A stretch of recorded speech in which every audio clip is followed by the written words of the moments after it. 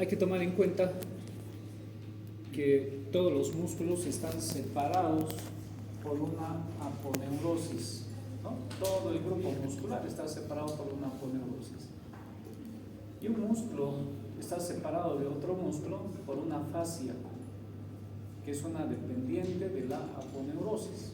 Muchas veces entre músculo y músculo puede existir vasos, nervios, etcétera, como han debido ver en la parte plana.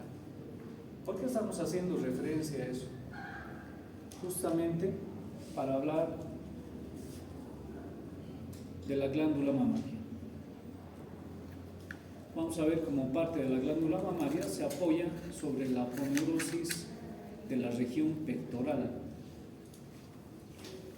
Cuando la glándula mamaria es una glándula de secreción externa, está presente en el varón y en la mujer, simplemente que el varón es rudimentario, no desarrollado, y que por acción hormonal en la mujer ha desarrollado, y a partir del embarazo, la lactancia desarrolla mucho más todavía. Existen una serie de hormonas que van a permitir que desarrolle mucho más la glándula mamaria, sobre todo en la lactancia. Bueno, la glándula mamaria entonces es una glándula de secreción externa, más desarrollada en la mujer. Tiene una forma esférica, cónica, piriforme.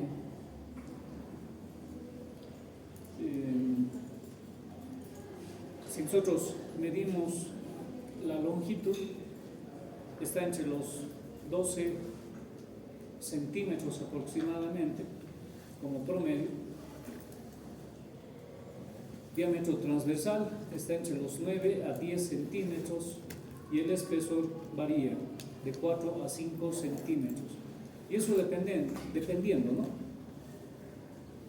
Si nosotros hacemos una sección de la glándula mamaria, vamos a encontrar evidentemente una formación glandular, pero también existe tejido adiposo. Entonces, una glándula mamaria está constituida por dos partes, una glandular y otra adiposa, tejido adiposo, tejido graso. Hay algunas glándulas mamarias que tienen más tejido adiposo que tejido glandular. Bueno, ¿cuántas caras tiene la glándula mamaria? La glándula mamaria tiene dos caras, una cara anterior que es convexa y una cara posterior que es plana. La cara anterior convexa, vamos a encontrar primero la presencia de una pequeña formación cónica que se denomina el pezón mamario. El pezón mamario mide aproximadamente de 10 a 12 milímetros de circunferencia. Tiene diferente forma, por lo general es cilíndrica, pero puede ser también invaginada. Puede tener una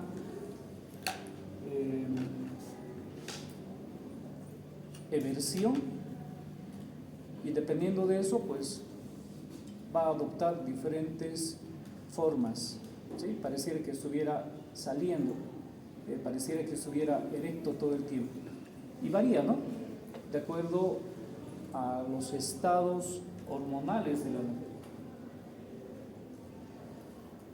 ¿Qué estados? Menstrual y la lactancia. Cerramos la puerta, por favor.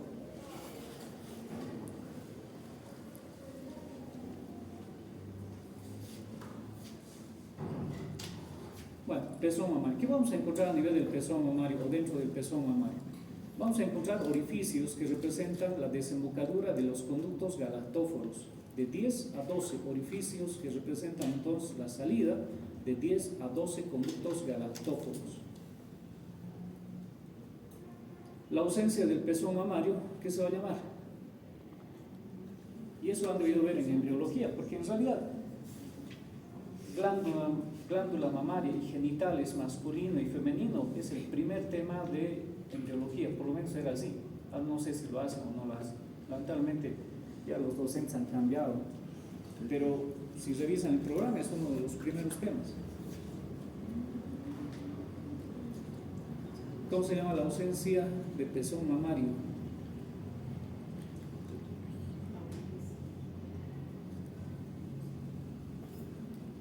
Atelia. Y si hay muchos pezones mamarios, politelia.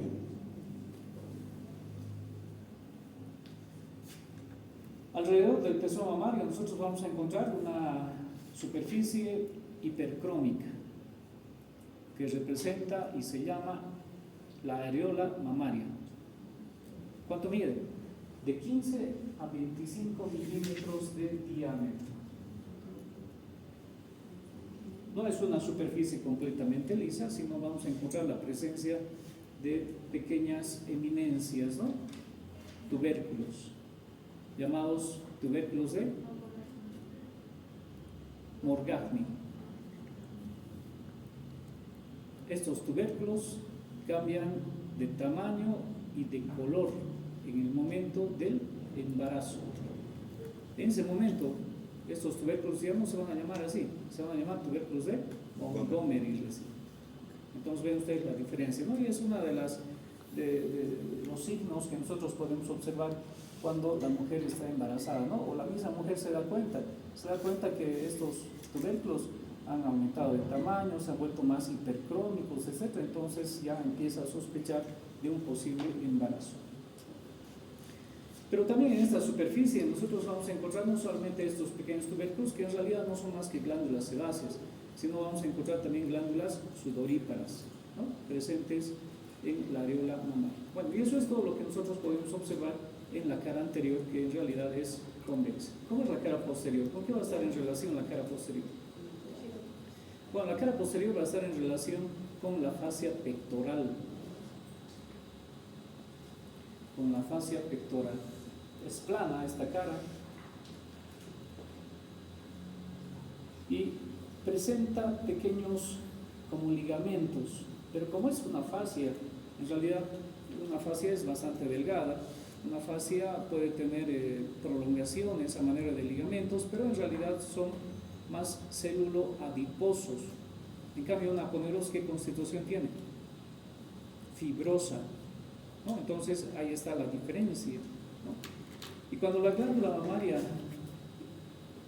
es muy grande y solamente existe el tejido celulo-adiposo, entonces tiende a descender, ¿no? Hay una fractura de estas fascias que van a romperse muy fácilmente porque son delgadas.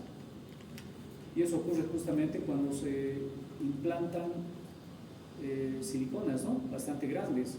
No soporta la fascia y se rompe con facilidad. Bueno, la cara posterior entonces está en relación con la aponeurosis del músculo pectoral mayor, separado por una pequeña fascia, la fascia pectoral. Nada más.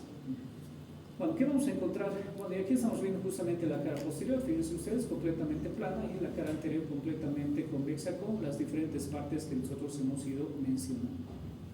¿Cuánto pesa una glándula mamaria?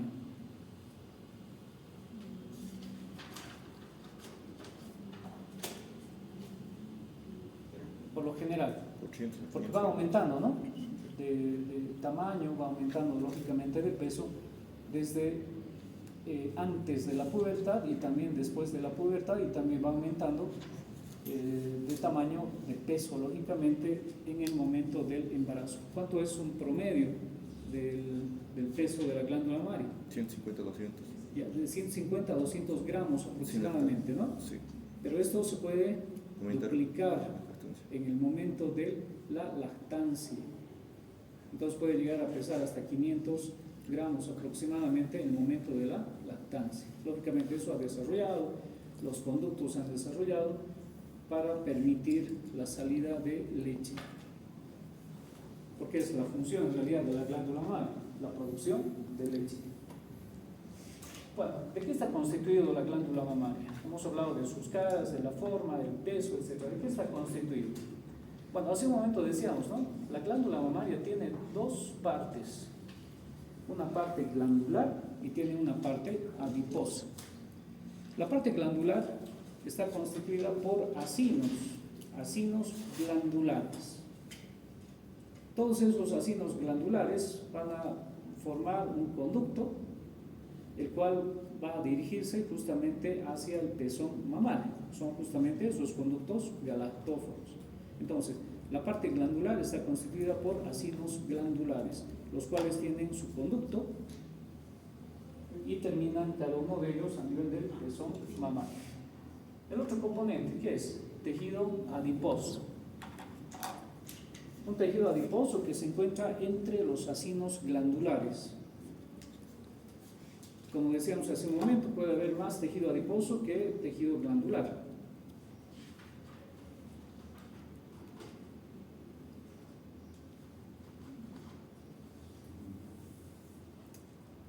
Vamos a hablar un poquito de la cubierta cutánea que tiene. Bueno, en realidad la glándula mamaria tiene una cubierta cutánea. Evidentemente es la que hemos descrito en la cara anterior, donde hemos descrito la areola, el pezón, etc. ¿No?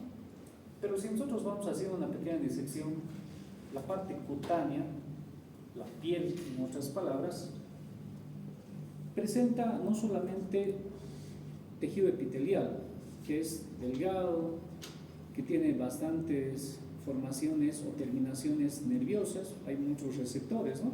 Principalmente, ¿qué tipo de receptores vamos a encontrar aquí? Receptores de Meissner. Sino también debajo de la piel nosotros vamos a encontrar unos músculos, tanto a nivel de la areola como también a nivel del pezón. Músculos erectores a nivel del pezón, que van a reaccionar justamente gracias a estas terminaciones nerviosas importantes para cuando el bebé toma contacto con el pezón. Evidentemente, ¿no? Se tiene que ser mucho más cilíndrico, se tiene que ser mucho más duro el pezón mamario para que el bebé pueda agarrar con mayor facilidad el pezón mamario, ¿no? Entonces hay músculos erectores tanto a nivel del pezón mamario como también a nivel de la areola mamaria. Los músculos que están a nivel de la areola mamaria tienen una forma transversal, hay fibras transversales y también hay fibras circulares, los cuales van a permitir que la areola mamaria contraiga ¿a quiénes? A los conductos galactóforos, facilitando la expulsión de leche. Bueno, y en la imagen nosotros estamos observando ya la presencia de estas formaciones importantes. Son los ganglios linfáticos. ¿Cómo está irrigado, cómo está inervado la glándula mamaria? Bueno, la irrigación es bastante sencilla de la glándula mamaria. Hay arterias que están en la región pectoral, ¿no? Entonces, una de ellas es justamente la arteria mamaria externa, o vamos a encontrar la arteria mamaria interna, vamos a encontrar las arterias intercostales. Como hay arterias, también hay venas. La inervación,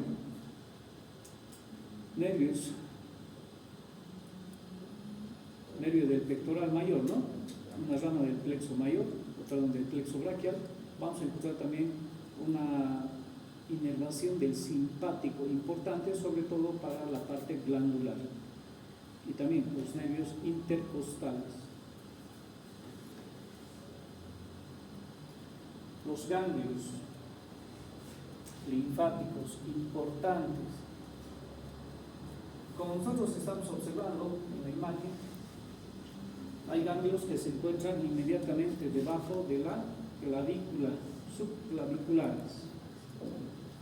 Hay ganglios que están al ladito de este hueso, el esternón, por lo tanto son ganglios paraesternales. Hay ganglios que se encuentran a nivel de la axila, ganglios axilares. Y hay otros ganglios que están a nivel del brazo, ganglios braquiales.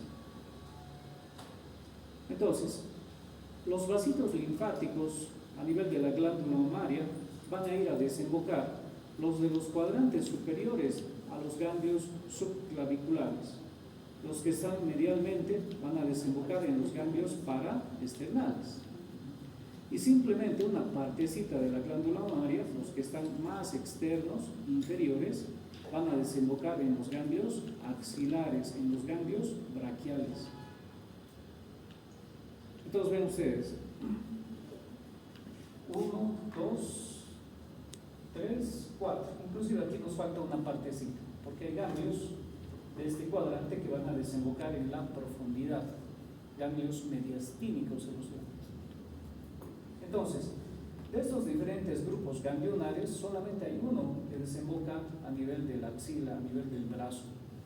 El resto van a desembocar debajo de la clavícula. Si nosotros nos tocamos debajo de la clavícula, difícil, ¿no?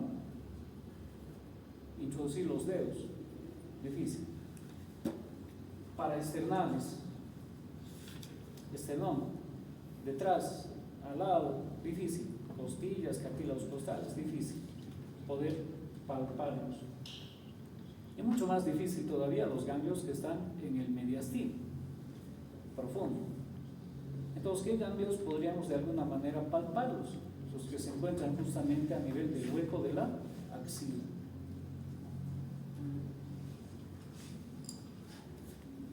Y eso es lo que se hace, ¿no? En la topografía de los ganglios. Se los divide a la glándula mamaria en 4 cuadrantes,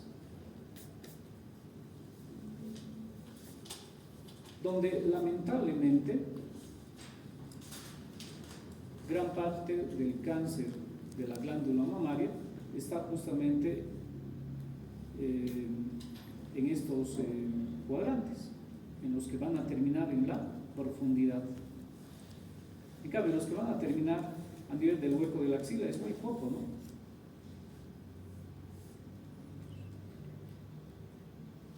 Para eso siempre es prudente realizarse una radiografía. ¿Cómo se llama este estudio?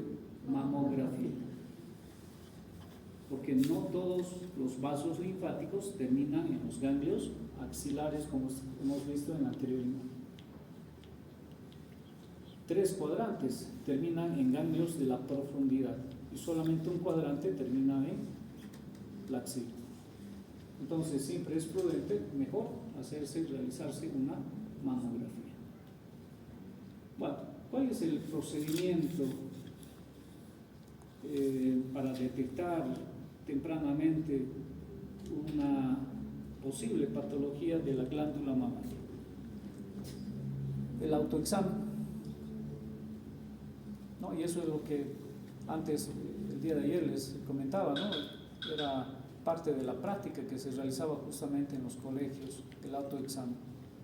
Y eso lo tienen que saber tanto varones como mujeres, porque los varones, sobre todo de salud, tienen que enseñar a sus pacientes, ¿no? Tienen que enseñar a sus familiares. ¿Cómo se realiza el autoexamen? A ver, Esmeralda, ¿cómo se realiza? ¿Ya? Con la proporción de las manos. Pero eso ya ese es el segundo paso. ¿Cuál es el primer paso? El primer paso es la inspección, ¿no? La inspección. O sea, nos vamos a ver frente al espejo, evidentemente, ¿no? ¿Qué vamos a ver?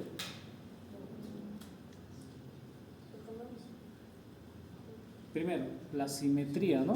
Si son iguales, derecho, izquierdo. Si notamos que uno de los lados es más grande que el otro y después al mes hacernos otro autoexamen notamos que ha aumentado todavía de tamaño, entonces hay algo que está mal, ¿no? Pero el primer paso es la inspección. ¿Qué más? La forma del pezón. Ya, la forma del pezón. ¿Será que importa mucho? Sí, porque no está imaginado. Ya, pero hemos indicado, ¿no?, que puede haber diferentes tipos de pezón. Generalmente es cilíndrico, pero también puede haber pezones imaginados, ¿no? Entonces no es patológico en realidad. La presencia de como granitos, no puedo nombrar. ¿Qué vamos a buscar? Bueno, después de ver la simetría. Cambios de coloración que no estén a nivel de la areola mamaria, porque sabemos que a nivel de la areola mamaria es hipercrómica, ¿verdad? Entonces, cambios de coloración. Supónganse que les aparece una manchita en el resto de la cara anterior, por fuera de la areola mamaria, entonces es un signo de alerta, ¿no? Pequeñas eminencias que puedan aparecer, ¿no?, a simple vista, signo de alerta. Lógicamente, laceraciones, heridas que se vayan abriendo, supuraciones que existan a nivel del pezón mamario, que no estén dentro de los periodos comprendidos como la lactancia. En la lactancia es normal, ¿no?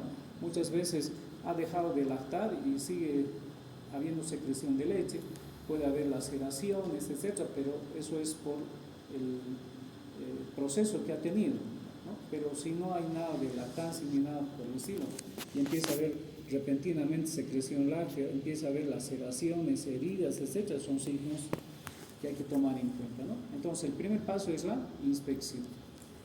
El segundo, ¿cuál será? Gustavo, a ver, decir. La palpación. Bueno, entonces, para eso, ¿qué vamos a hacer?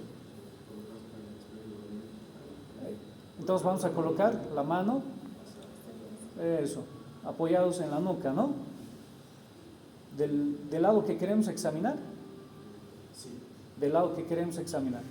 Y la palpación, porque el segundo paso es justamente la palpación, lo vamos a hacer con la mano contraria, ¿no? Entonces vamos a empezar a realizar la palpación y vamos a ir por cuadrantes justamente, ¿no? Vamos a ir por, qué sé yo, el cuadrante superior externo, inferior interno, superior interno. Vamos a ir por cuadrantes en sentido de las manecillas del reloj, buscando tumoraciones en caso de que hubiera, cuerpos extraños, evidentemente, si son duros, si duele, no duele, etc. Lo mismo vamos a hacer con el lado contrario, ¿no? Entonces ese es el segundo paso, la palpación, inspección y palpación. Pero no solamente nos vamos a quedar con la palpación a nivel de la glándula mamaria, ¿dónde más vamos a realizar? Justamente lo que hemos visto, ¿no? Eso, a nivel de la axila, buscando justamente ganglios linfáticos.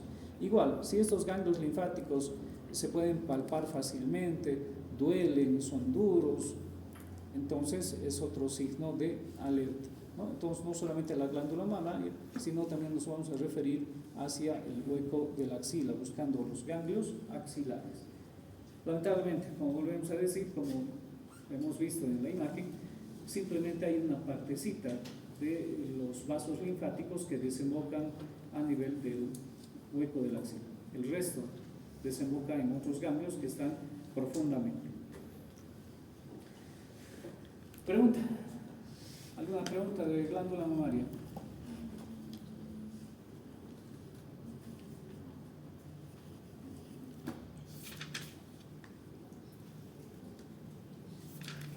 Generalmente cuando una mujer se va a hacer la mamografía, siempre, ¿no? Va relacionada con los otros exámenes, ¿sí? El Papa Nicolau va relacionado también con un examen ecográfico, ¿no? De pelvis, ¿no? Una ginecológica para observar el útero, para observar los ovarios, ¿no? Ese es un examen completo. Y ese examen completo, como les decía también ayer, se ha tratado de implementar, porque en otros países es obligatorio, ¿no? Cada 2 años, en algunos son mucho más rígidos, cada año tienen que ser. En cambio aquí se lo ha tratado de implementar, incluso se da el día libre a las mujeres que van a realizar este examen con la prueba correspondiente, se les da el permiso tanto del trabajo como de la universidad, etc. Tenemos aquí el seguro universitario que también programa todo esto, ¿no? Vamos a hablar ahora ya de la constitución de nuestra caja torácica. Ayer habíamos hablado del esqueleto, de lo externo. Vamos a ver ya cómo esta caja torácica se va separando de la cavidad abdominal. Bueno, y el músculo que separa